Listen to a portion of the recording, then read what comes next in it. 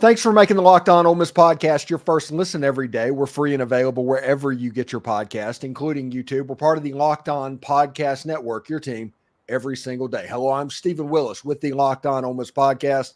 I'm going to be joined in a second by Brantley Sanderson, and we're going to talk about a little bit of Lady Rebels basketball. But first, I do want to let everybody know that the Grove Collective is doing their March to Victory campaign. Listen, this is a March Madness style tournament that pits regions to donate against each other for some kind of a championship and work your way through a bracket. They're in the Elite Eight right now. All the Mississippi areas and regions are in there. North Texas, South Texas is in there as well. Georgia, of course, is in there. Thank you, Realtree, for that. And it should be a lot of fun indeed. So check them out at thegrovecollective.com/march to victory. That's thegrovecollective.com/march to victory. Like I said, I'm here with Brantley Sanderson. The Lady Rebels are going to be taking on the Marquette.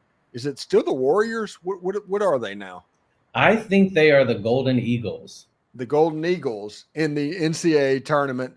They're playing at Notre Dame. So that means in that little 4-box, they'll be matched up against the Notre Dame game would be the next one likely if Ole Miss was able to beat Marquette.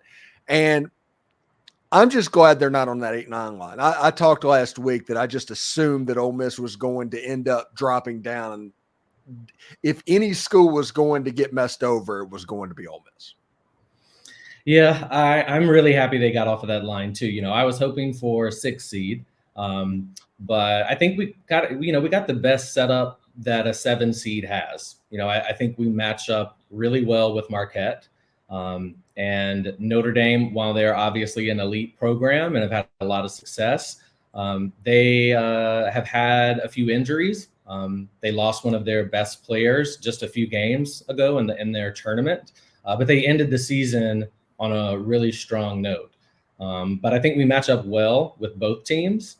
And, you know, South Bend isn't a bad place to visit for Rebel fans. And it's a little bit closer than Stanford, you know, and going out to Palo Alto. Just a little bit, yeah. So what do we need to know about the Golden Eagles and Marquette coming to this game? What type of a basketball team are they? What can they do? You know, I think we match up really well. They also have a big 3. And their big 3 all got some sort of like all conference honors. So they have a really solid team. One of their players, I think her name is Liza Carlin. She was a unanimous all Big East selection. And she's pretty good. She's a very versatile forward, but their strength is really shooting the threes. They remind me a lot of a better Missouri team. And we seem to, you know, handle them pretty well. So I think, you know, we've seen this style of play before. But there's some really interesting, like, you know, there's going to be some interesting game within the game kind of scenarios. You know, obviously we're a really great rebounding team, particularly on the offensive boards. And they don't have a lot of size, but they are a really, really good defensive rebounding team. I watched just a little bit of clips from the Big East tournament, and they're very fundamentally sound. You know, they just box out really well. They're scrappy. They're tough. Their guards are a little smaller than ours, and maybe not as quick. So I think that's really where our advantage is going to be. You know, you and I talked before about how Kennedy Todd Williams is the X factor for this team. And I'm really looking for her to have a big game. I think this is a kind of game where she can really do well because she just gets to the rim really easily, and she's strong and tough. And I'm not sure they have guards that can, you know, keep them off of the boards. So I think overall, you know, I'm feeling pretty good about it. Yeah, and you kind of stole my thunder a little bit there. I was going to say how Ole Miss matches up and how the game within the game was going to happen and where would Ole Miss attack this unit.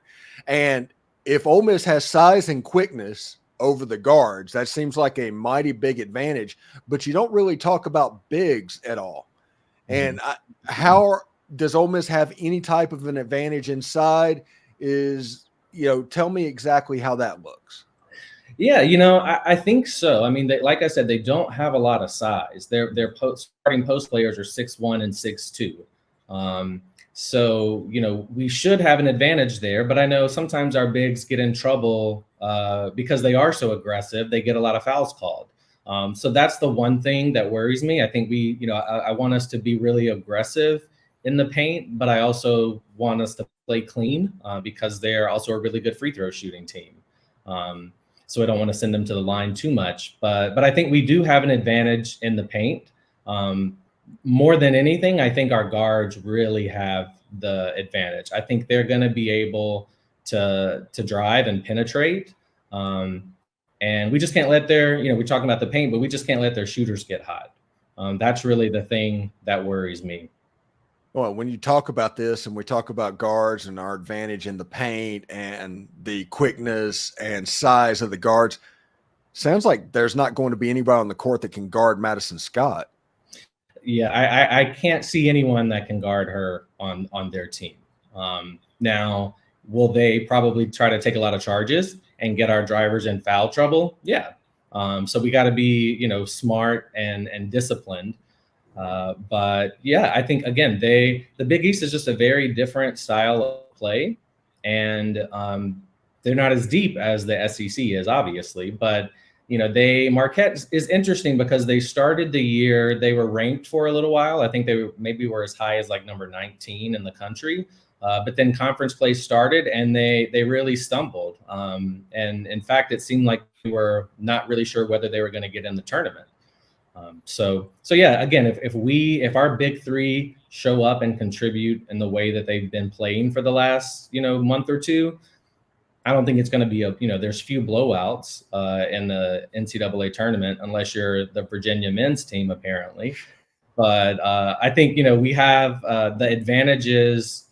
The places where we have advantages should lead us to the win. Let's say Ole Miss gets past Marquette. We talked about what that game could look like. They likely have Notre Dame coming up next. Tell us a little bit about the Fighting Irish. Yeah, well, I think this could really be like the best second round matchup in the entire bracket. Notre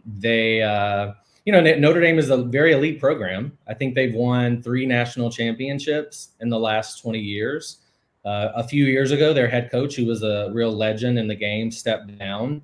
And, it's kind of messy sometimes when an icon steps down and like a former player or former assistant steps in. But in this case, the Coach Ivy has done really well. She was a starting point guard when they won their first championship back in like 2000, 2001.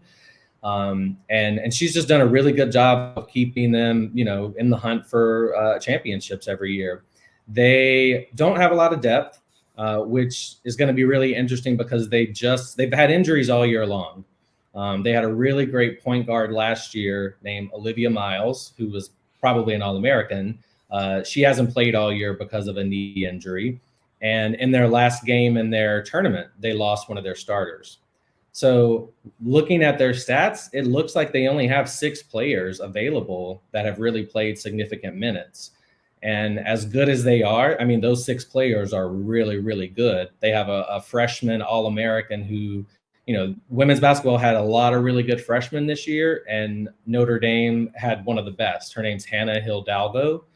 She's a little point guard. She's like 5'6", but I think she averages like 7 or 8 rebounds a game, 23 points a game. I mean, she's just electric. She's a really great defensive player.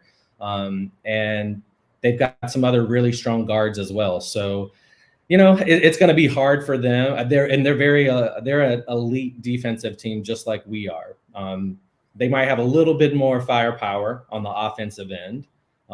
So again, I think that's going to, if that matchup comes to fruition, it might come down to who has the ball at the end of the game last. So, this could be like a Nolan Richardson 40 minutes of hell if they only had 6 players on the lineup. It feels like you want to wear them out, and you should probably try and get into a depth contest with them. Yeah, I mean, and what we do, if we can do what we do well, that will wear them down really quickly. We love to get out and run and transition, and our defense just wears you down. Now, one thing about Notre Dame that does worry me is they finished the year really strongly. I think they might have won their last 10 or 12 games. They won their tournament championship. So, they're battle tested. They played some really, really, really good teams. They've gotten better as the year went on. And it's a home game for them. So I'm expecting that it's not going to be any easier than it was last year at Stanford. But I think this year's team is better than last year's team. And, we've been to the tournament with this group now 3 times, and they know what it's like. They know what to expect.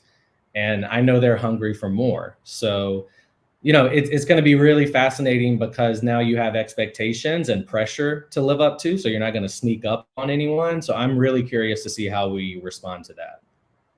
Thanks again for making the Locked On Ole Miss podcast your first listen every day. We're free and available wherever you get your podcast, including YouTube. We're part of the Locked On Podcast Network, your team every day. Brantley Sanderson coming during the women's basketball season like he always does. Ole Miss in March Madness.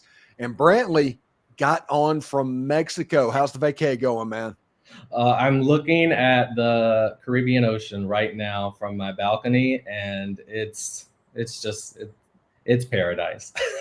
Yeah, there really is nothing quite like an ocean view. Yeah, I see why you live in Florida. Yeah, it's quite good. Anyway, thank you very much, Brantley. Have a good rest of vacation, and hopefully next week we're talking again. Absolutely. Hotty toddy, Stephen. Hotty toddy.